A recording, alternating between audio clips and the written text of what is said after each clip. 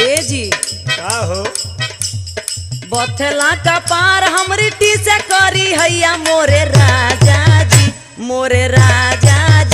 कौनो लिया तो दवैया मोरे राजा जी।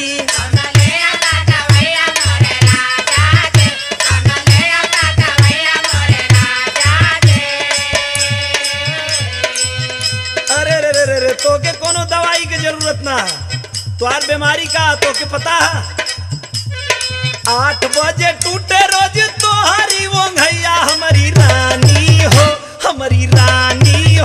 कहे ना बत्ती करी अइया मोरी रानी हो।